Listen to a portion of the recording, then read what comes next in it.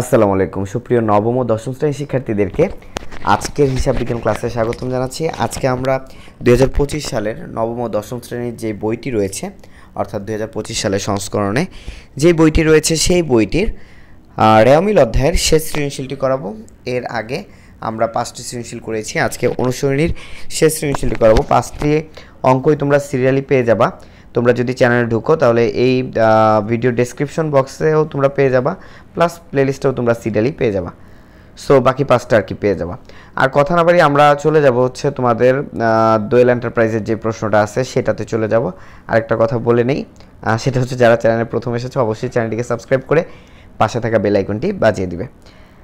So আমরা এখানে দেখতে পাচ্ছি দোয়েল এন্টারপ্রাইজ 2017 সালের 31শে ডিসেম্বর তারিখে বিভিন্ন হিসাবের জের এগুলা। এখন বিভিন্ন হিসাবে জেড দেওয়া আছে, উপযুক্ত তথ্যের সমন্বয় মানে সমন্বিত ক্রয়ের পরিমাণ নির্ণয় করতে বলছে। আর হচ্ছে দোয়েল এন্টারপ্রাইজের রেওয়ামিল প্রস্তুত করো, আর হচ্ছে দোয়েল এন্টারপ্রাইজের সমাপনী মালিকানা সত্ত্ব নির্ণয় করো। সো সমন্বিত ক্রয়ের কিন্তু একটা কি ছিল, সূত্র ছিল, তাই না? সমন্বিত ক্রয়ের সূত্র হচ্ছে প্রারম্ভিক মজুত পণ্য নিট ক্রয় যোগ নিট ক্রয় মাইনাস সমাপনী মজুত পণ্য। নিট ক্রয় বলতে ক্রয়ের সাথে যেগুলো যোগ বিয়োগ হয় আর কি, ক্রয়ের সাথে ক্রয় ফেরত বাদ যায়, ক্রয় ফেরতের আরেক নাম হচ্ছে বহি ফেরত, এগুলো বাদ যায়। তারপর হচ্ছে ধারে ক্রয় যোগ হয়। মূল কথা হচ্ছে ক্রয়ের সাথে যা যোগ বিয়োগ হয় পণ্য উত্তোলন বাদ যায়, যা যোগ বিয়োগ হয় সেগুলো যোগ বিয়োগ করার পরে যেটা বেরোয় সেটা হচ্ছে নিট ক্রয়। সো আমরা এখান থেকে খুঁজে বের করবো এখানে আমাদের প্রারম্ভিক মজুত পণ্য কত আছে। প্রারম্ভিক মজুত পণ্য আছে হচ্ছে 30,000 টাকা। সো আমরা 30,000 টাকা দিব, প্রারম্ভিক মজুত পণ্য 30,000 টাকা দিয়ে দিলাম। এরপর আমাদের এখানে ক্রয় আছে হচ্ছে 2,54,000 টাকা। 2,54,000 টাকা ক্রয় থাকার পরে ক্রয় যদি 2,54,000 টাকা থাকে, তোমরা দেখতে পাচ্ছ ক্রয় কোথায় আছে, ক্রয় হচ্ছে এই যে এখানে আছে ক্রয়। হ্যাঁ, সো ক্রয় 2,54,000 টাকা থাকার পরে আমাদের এইখানে আমরা বহি ফেরত খুঁজে পাচ্ছি। তাহলে বহি ফেরত আমাদের আছে হচ্ছে 3,500 টাকা। আমরা কি করব, আমরা ক্রয় থেকে বাদ দিব বহি ফেরত। তাহলে আমাদের বহি ফেরত বাদ দিলে 2,50,000 টাকা, 2,50,500 টাকা থাকতেছে। এই যে 2,80,000 টাকা, এটা থেকে আমরা সমাপনী মজুত পণ্য বাদ দিয়ে দিব। 2,80,000 টাকা থেকে সমাপনী মজুত পণ্য 80,500 টাকা থেকে সমাপনী মজুত পণ্য আমাদের কত দেওয়া আছে, 15,500 বাদ দিয়ে দিব। 2,65,000 টাকা আমাদের ক্রয়ের উত্তর, অর্থাৎ ক্রয়ের উত্তর আমরা ক্লোজ করে দিব 2,65,000।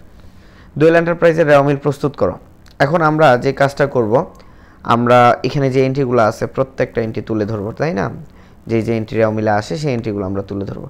সো আমরা তুলে ধরি রেওয়ামিলের এন্ট্রিগুলো, মূলধন, নগদ তহবিল, তারপর হচ্ছে বিক্রয়, উত্তোলন, তারপর হচ্ছে বহি ফেরত, এরপর হচ্ছে অগ্রিম প্রাপ্ত বাড়ি ভাড়া, অগ্রিম বিমা, প্রারম্ভিক মজুত পণ্য, আন্তঃফেরত, বন্ধকি ঋণ, ক্রয়, প্রাপ্য হিসাব, ভবিষ্যৎ তহবিল, আয়কর, বিজ্ঞাপন, বিলম্বিত বিজ্ঞাপন, প্রদেয় হিসাব। সো এইখানে তোমরা প্রারম্ভিক মজুত পণ্য আনবা, সমাপনী মজুত পণ্য আনবা না। বাট যদি তুমি এই প্রশ্নটার ভিতরে সমন্বিত ক্রয় আনতা সেক্ষেত্রে অন্য বিষয় ছিল। তো এখন খেয়াল করো, এইখানে তুমি তো সমন্বিত ক্রয় আনো নাই, তুমি আনছো কি, তুমি নর্মাল ক্রয় আনছো। বাকি যা যা এন্ট্রি আছে সব আনছো, তুমি যা এন্ট্রি আছে যেগুলো আসে সেগুলো সবই আনছো। আচ্ছা, এগুলো কোনটা ডেবিট ক্রেডিট তোমরা আশা করি বুঝো, জানো, তারপরে একটু বলে দিই।